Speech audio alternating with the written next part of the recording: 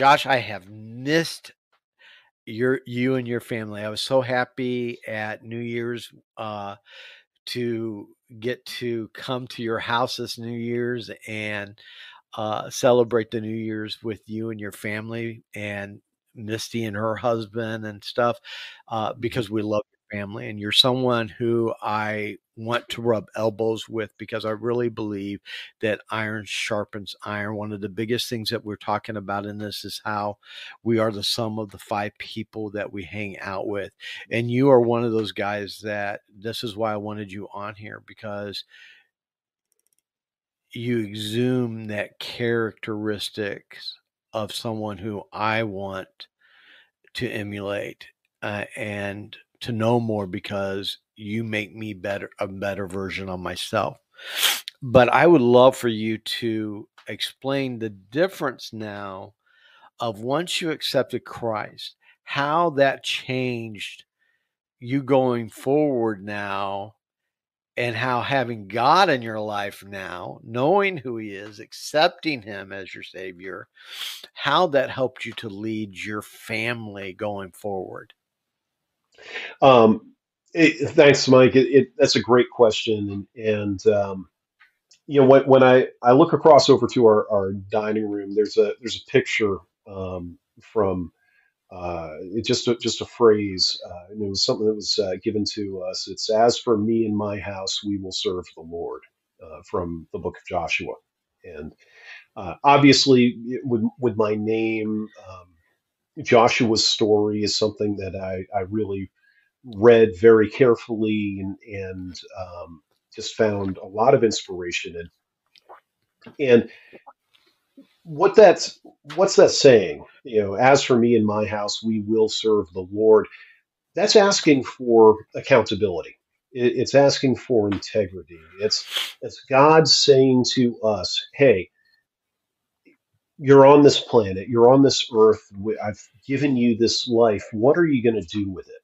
And it was something that before we were saved, I didn't know, I didn't understand. But now, since we were saved, since our baptism, right? What a great picture that was of, as a family, we buried the old roses and we Yes. we rose anew as this family that, okay, together we now understand our purpose. We now understand what's important to us, and okay, what can we do to serve the Lord?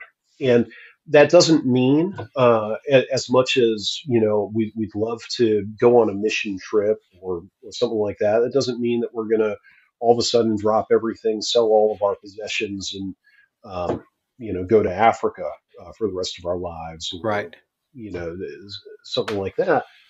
What it does mean is uh, recognizing our spiritual gifts and using these spiritual gifts in the ways that God has set out for us, to do everything we can. Right? There's a great Right. saying. My wife is very fond of saying, "Hey, you may be the only Bible that some people ever get to read," Yeah. and um, we really try to take that to heart. And so, whether it's something that I'm doing at work, whether it's something I'm doing in my social life. Melissa is very much the same way. The kids are the same way. Um, we we need to be representatives of God, and we need to use whatever He's put in front of us to honor Him and to lift Him up. And so that means, okay, if I'm in a business meeting, right? Well, I will absolutely pray before that meeting, even sometimes in the middle of that meeting.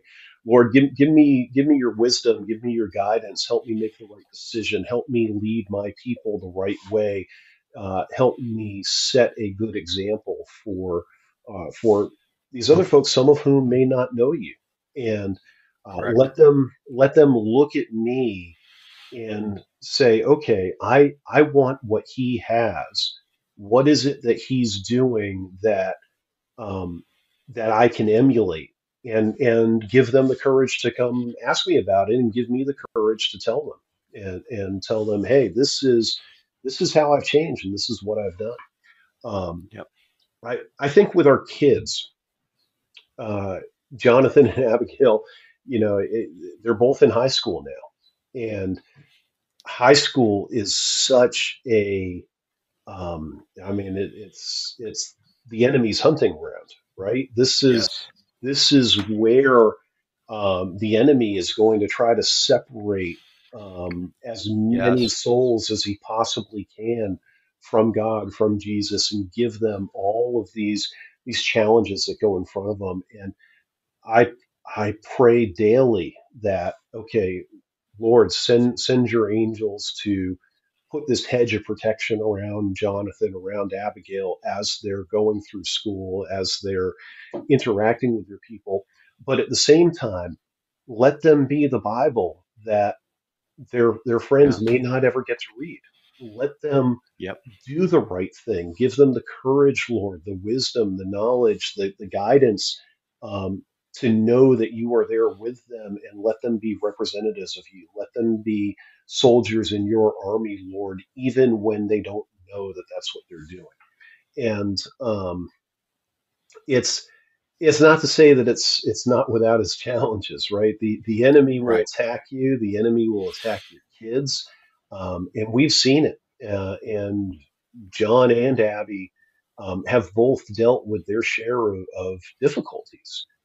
But when we get the opportunity to pray for them, to pray with them, to help them know that they're not fighting these battles alone, that with God on their side, it doesn't matter who's against them because they will overcome everything in their path. And giving them that comfort, that knowledge that they can get through this. I mean, that's something that we as parents, I think we have to do that every single day. That we have to reinforce to them because the enemy is out there trying to whisper in their ears, saying, "Hey, you're all alone. Nobody else has this problem. Nobody else has dealt with this. You don't know what you're doing. You're going to fail." Um, and we have to show them that that's not true. We have to lead them through that. And um, there it is a constant battle every day. But Let me ask you something, yeah, Josh, if you don't mind me asking you this yeah, question. Um, because that's where the enemy has always attacked me, has been hmm leading my family. Because I think to be honest with you, until my book came out, hmm um, the enemy always used guilt and shame for me. Because it's no secret on here unintentional guy that you know pornography had really got me, um, and it became my identity. hmm Shame and guilt became my identity, and that's what I love about my church is that no perfect people allowed, right? hmm hmm And my identity is no longer that. And I even appreciate it. I remember I had not seen you in a long time, and I had no clue that you read my book. And we had a special gathering in Pensacola where everyone was hmm together. And you don't know how much I appreciate you pulled me aside and you told me, Mike, I read your book, and you told me how uh you were just encouraging to me because I was scared. What are people going to think after reading my book? And especially at my church. How I remember one of the day I sent on my book and it was published, and when I posted it out there, how's it going to be received? So first off, I want to thank you because um, you received it so well.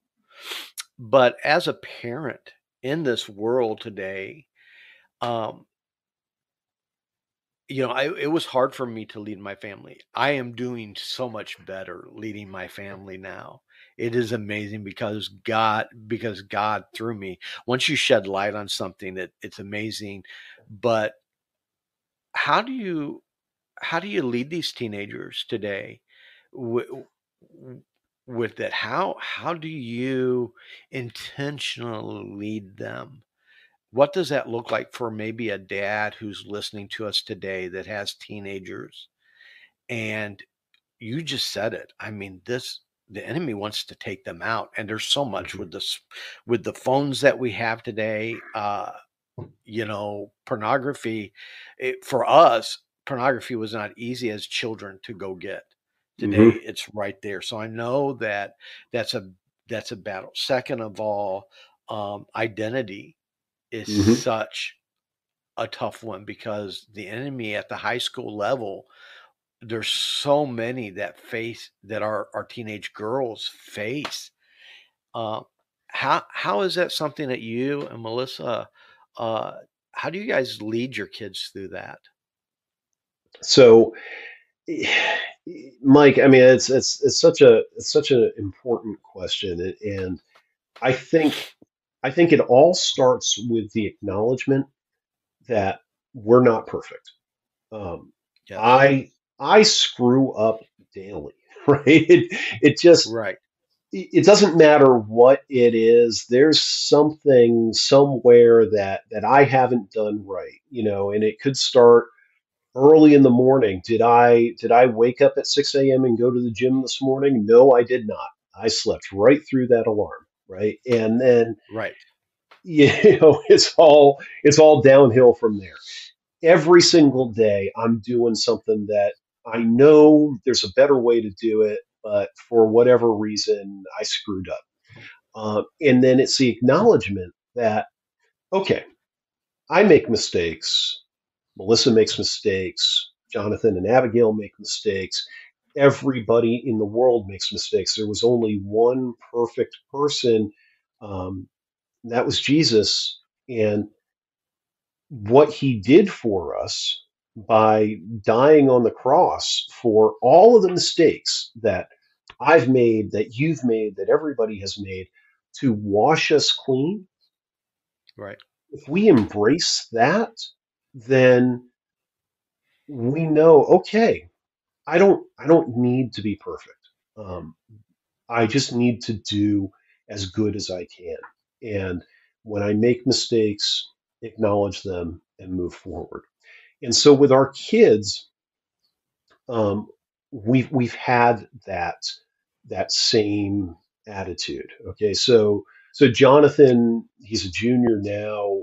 Um, he's a great kid. He really Yeah. is. He doesn't give us a lot of heartburn. He uh, tries to do the right thing. Does he screw up? Absolutely, right? Right.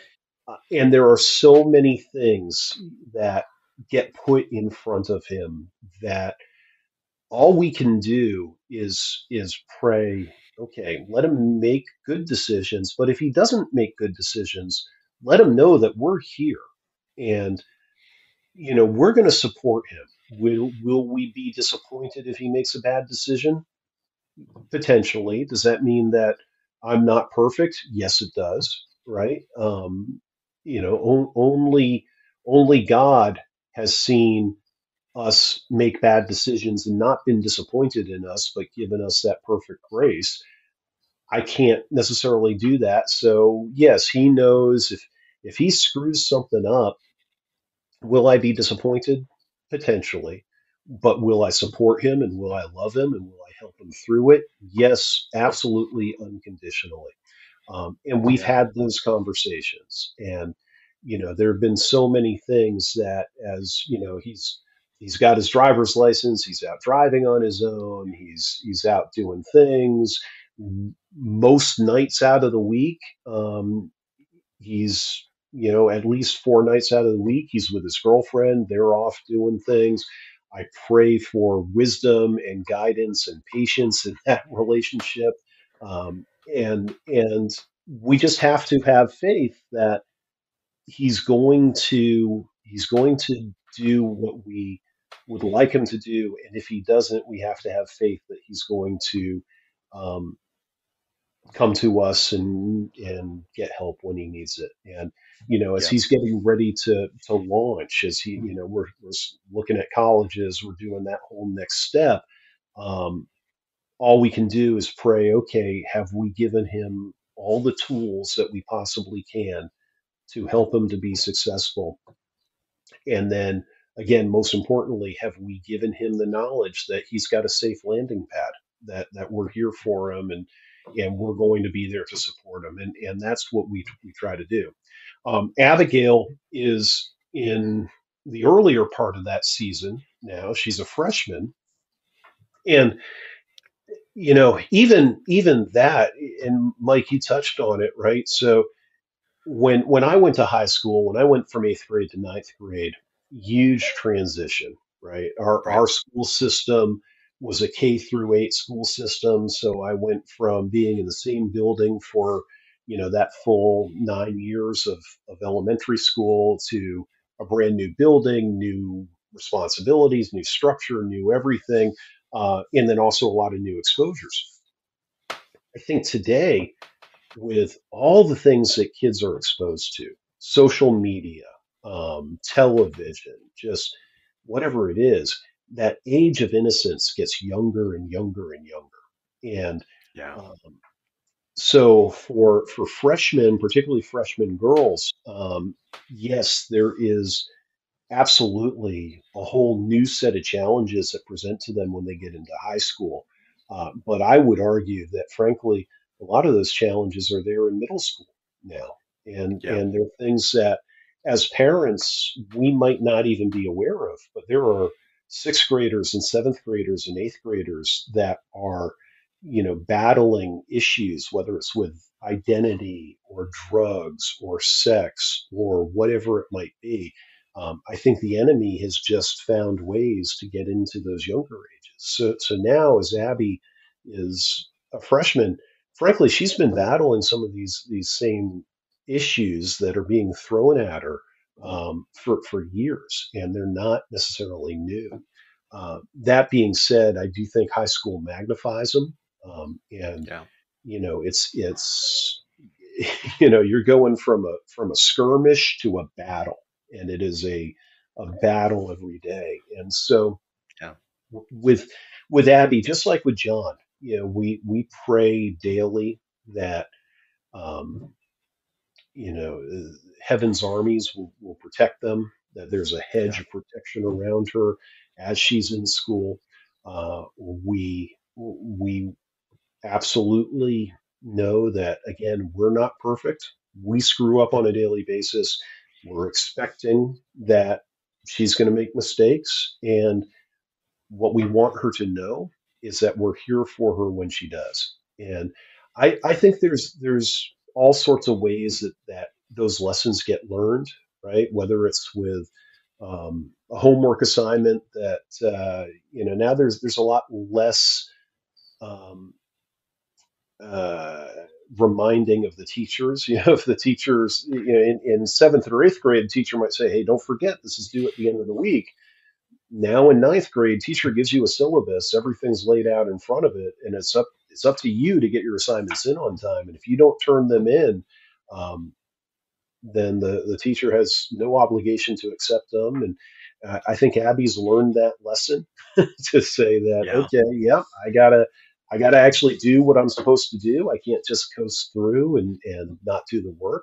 Um, but again, it's one of those scenarios where we try to show her, hey, listen, I'm out here working all day because I have people that I'm accountable to that are expecting me to do things. Mom is doing the same thing. She is working all day long because there are people she's accountable to that are expecting her to turn in her work and do her things.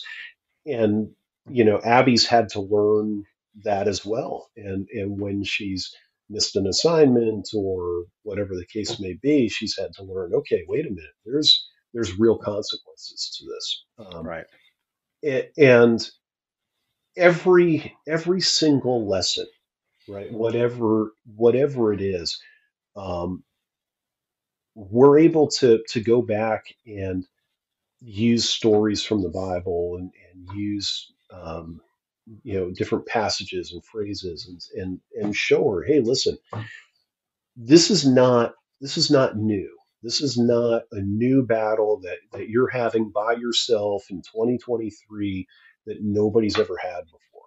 If you look back, I can give you stories from my life. Mom can give you stories from her life. Maybe it's drama with her friends, or maybe it's peer pressure from some external group that she's exposed to. Whatever it might be, we say, listen, none of this is new. The enemy doesn't have any new tricks. The enemy just likes to Yeah. use them over and over again. And it's up to us to understand how to protect ourselves from them. And all of the answers are here. We just have to do the work. We just have to be accountable to it. And so, yeah, it can be challenging, but when we remember that, we can stay focused on what's important. Well, one of the things that I love about your family, and you have shown it well, whether you know it or not, is and Amber and I are right at this stage right now. And I have seen it in your marriage. So your marriage, I'm going to tell you that your marriage has been an example for me and Amber, okay? In this way, I love the fact of the relationship you have with your wife. I s- you are a couple that I know see each other. The way you look at each other, the way that you love each other is amazing. And I know it's behind closed doors. All marriages are not perfect, and we have our spats and we have our different things that happen. But one of the things, Josh, that I love is that I feel that that you guys see each other and that love. I mean, I see the love that your wife has when she looks at you. And I see the love that you have looking back at your wife, which is one tremendous examples for your kids, right? Because Abigail's going to grow up, statistics show, to find she's going to end up finding a husband like what you've illustrated to her. And your son, he's going to treat the woman he marries the way that he sees his dad treat that his his mother. That statistics show that, right? There's always an exception, of course. But I want to tell you, as a person, you guys have been leaders for us, and we get that now. And I love it. I love how my wife looks at me. I'm addicted to that, you know? Hmm. And but I see that in your guys, and I know that it is because you guys have an intentionality in your relationship. And one of the things that me and Amber have just started doing, and I don't know if this is something that you guys do on a regular basis or not, but it was the biggest fear of mine. We talked about it in one of the episodes coming up to here is, but praying with my wife Hmm. has changed everything. Praying with her, but also now getting outside of my wife. I mean, outside of myself, I have become more intentional in her Hmm. and being her husband, and I love it. And I just want to ask you, as we close out a little bit, um, how maybe you do that? Uh, how if there's some kind of thing that you can just antidote or something, maybe there's something special that you do. For me, I know now it's that praying. I know my wife's love language is words of affirmation, so every day I'm trying to send her at least a couple of text messages or talk to her in the day to give her those words of affirmation, because I know that's her love language, and I want to Hmm. make sure I fill her cup. Hmm. So maybe I just want to lay that out there, put you on the spot a little bit before we close out of how do you communicate that? Um, I think for me, it's it all starts with respect. I Yeah. think if if you're with someone and you don't respect everything about them, the entire person, the 360 degrees of that person, then you can't really truly know them or love them, right? And so Right. for me, whatever she's doing, whether it's with the kids, whether it's at work, whether it's around the house with her friends, or just being herself, um, I I respect her as a person. I respect her opinions, her thoughts, her desires, all of those. Whatever's important to her is important to me. Hmm. And and that's intentional. And there are times where okay, what's important to her is okay, which blouse looks better, or which pair of shoes should I wear, or whatever. Right. As okay, listen, honestly, that's not really important to me, but if it's important to her, then it's my priority as well. And Yes. and and being intentional with that and saying, okay, look, it's I'm never going to say, look, I don't care which shirt you wear. Um, I will say, honestly, whatever you're wearing, you look good in either way. So it doesn't, the net Right. result's the same. But if it's important to you and you want to feel a certain way, you want to present a certain way. Well, okay, I like this one over that one because I think it presents you in XYZ way, right? So Yeah. so it's paying attention to those things. I think you said love language. That's so important. Understanding how to communicate with her, and what really matters to her. In Melissa's case, it's acts of service. And so whenever Mm. I get the opportunity, okay, can I make her breakfast? Can I make her a lunch? Can I make dinner? Oh yeah. Can I fold laundry? Can I sweep up the floors? Whatever I can do, because it's one less thing that she has to do, then that's a natural for me, and it's a really easy way to show her that, hey, not only do I love you, but I respect your time.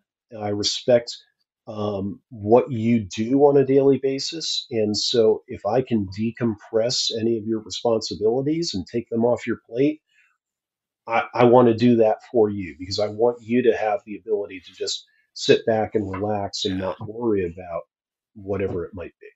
Yeah. Um, it it really comes down to making your wife the most important person in your world. Yes. So, um, obviously, my most important relationship is with Jesus, but Melissa is the strong number two, right?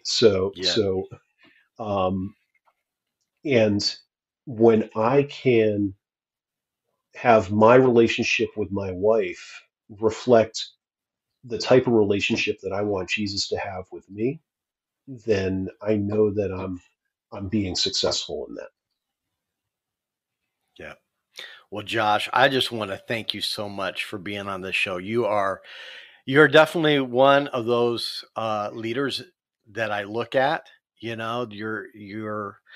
You're not only just a great friend, but you're a great man, and I appreciate you being on here sharing your story with us. And I think, there's a lot of guys who might be listening.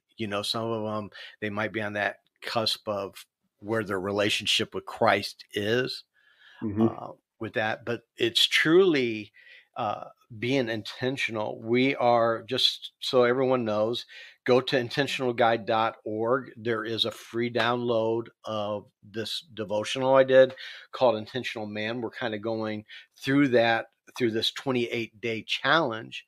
But these were things that I found that really helped me and my to get back to restoration and to get my life back to be more intentional.